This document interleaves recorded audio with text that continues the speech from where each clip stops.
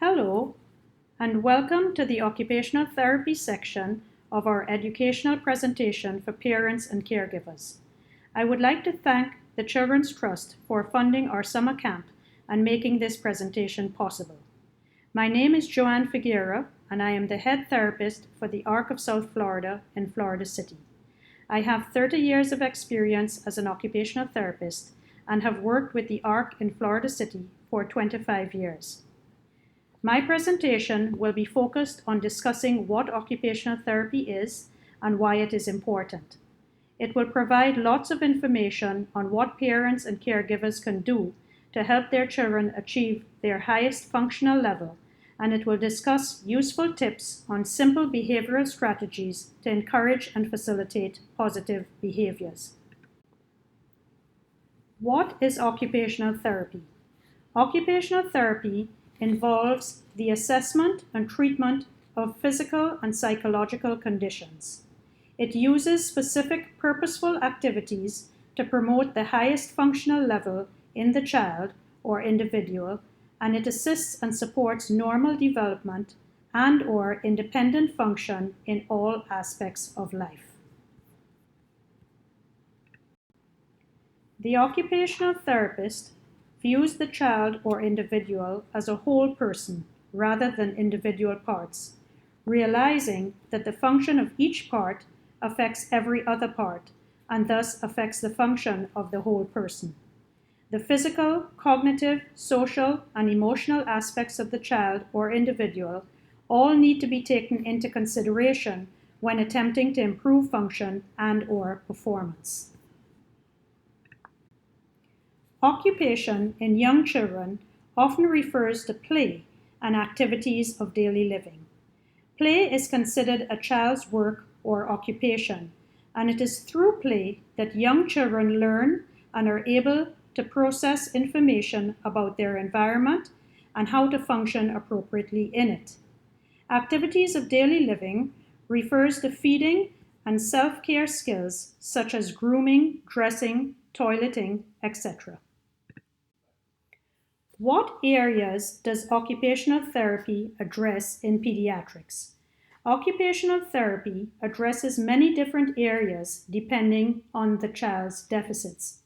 These include perceptual fine motor skills, range of motion, strengthening, developmental sequencing and/or motor planning, sensory processing, attention to task, cognition, ability to follow directions, imitate actions, and problem solve, socialization skills, activities of daily living, behavior modification, and teacher-parent education.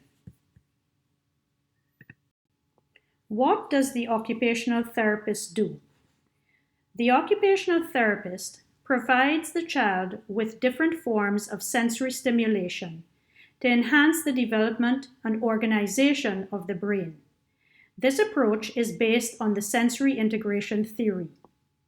There are three major parts of sensory integration, which are vestibular stimulation, which involves movement activities, proprioceptive stimulation, which is the perception of knowing where your body is in space, which is picked up by receptors in your joints, and tactile stimulation, which involves the sensation of touch and texture. Here are some examples of vestibular stimulation: jumping, bouncing, swinging, spinning, running, going down slides, and riding tricycles. Examples of proprioceptive stimulation include weight bearing through hands or feet and pushing through joints.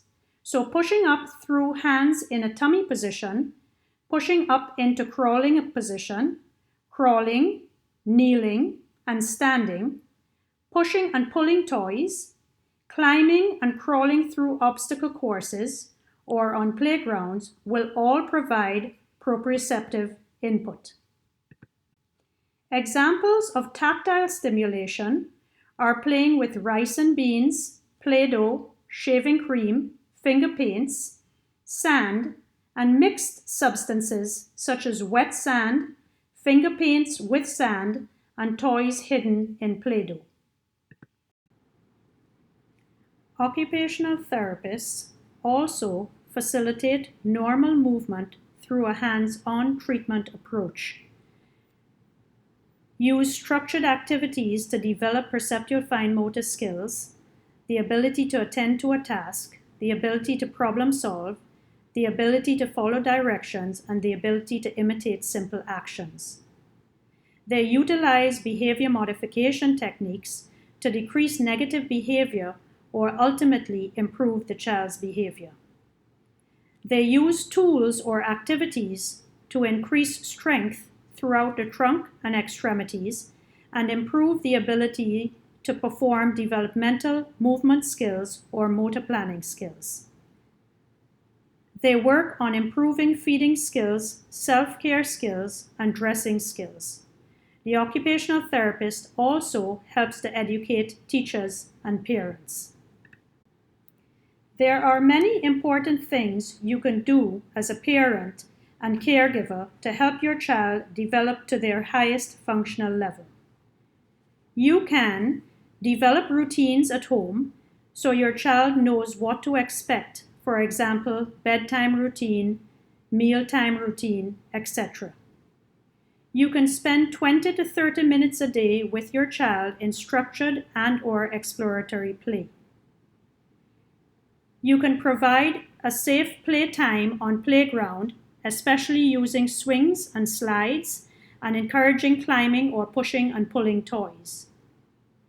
You can provide play with different textures such as sand, finger paints, puddings, Play-Doh, or mixed textures such as wet sand, cereal in pudding, and sand in finger paint. Parents can also encourage independence by allowing their child to perform activities such as feeding, self-care, and dressing, giving assistance only when necessary.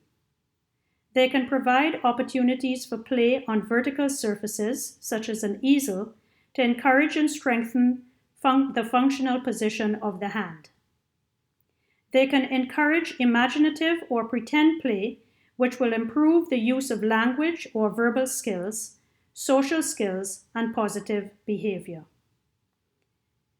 The parent should limit the amount of time that the child watches TV or plays with an iPad or other electronic devices. Here is a picture of the functional hand position. In this position, the tendons and muscles of the hand, wrist, and forearm are in an optimal position for strength and dexterity. The parent and caregiver can encourage the child to use wrist extension when grasping and releasing objects. Now I will discuss some tips to encourage positive behaviors in your child. Be consistent. This is particularly important when different adults are interacting with your child. Try to all be on the same page when giving directions or correcting your child. Your child can easily get confused if different adults have different expectations of what appropriate behavior is. Be positive.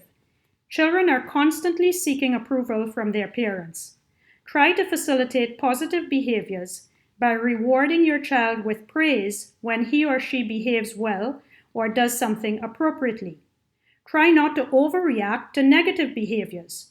Overreacting to negative behaviors often increases these behaviors by giving the child the attention he or she is craving, but not in a positive way. Use simple language. This will help to make sure that your child understands you. Use eye contact. Eye contact is extremely important, especially for special needs children who have difficulty focusing. You can increase eye contact by getting down to the same level as your child and using your hands to point to your eyes or cue your child with your hands to face you. Listen to your child. Remember to take the time to listen to your child. Many of our special needs children take longer than other children to communicate verbally or by gestures. If you are distracted, you will miss what your child is trying to communicate. Be patient. The calmer you remain, the more successful you will be in getting your message across. Let your child know what you expect and what to expect. If your child is prepared for what is coming and he knows what your expectations are, it often decreases the anxiety and negative behaviors that can result from not knowing or being surprised. Provide structure and routines. When your child follows the same routines throughout the day, he or she learns to predict what is coming next, and it allows him or her to have some control and gives them a sense of security knowing what should come next. Stay calm. Children often do not react well to adults' anxiety, outbursts, or anger, and it can have a negative impact on a child's behavior. Learning to stay calm helps both you and your child be able to handle difficult situations. Use distraction. Sometimes with young children, instead of battling to make a point, you may be able to distract the child to something else and avoid a negative behavior from happening. Choose your battles. Try not to correct every little mistake your child makes. He or she may start to block out the negative criticism, and when you really need them to correct their behavior, they will no longer be listening.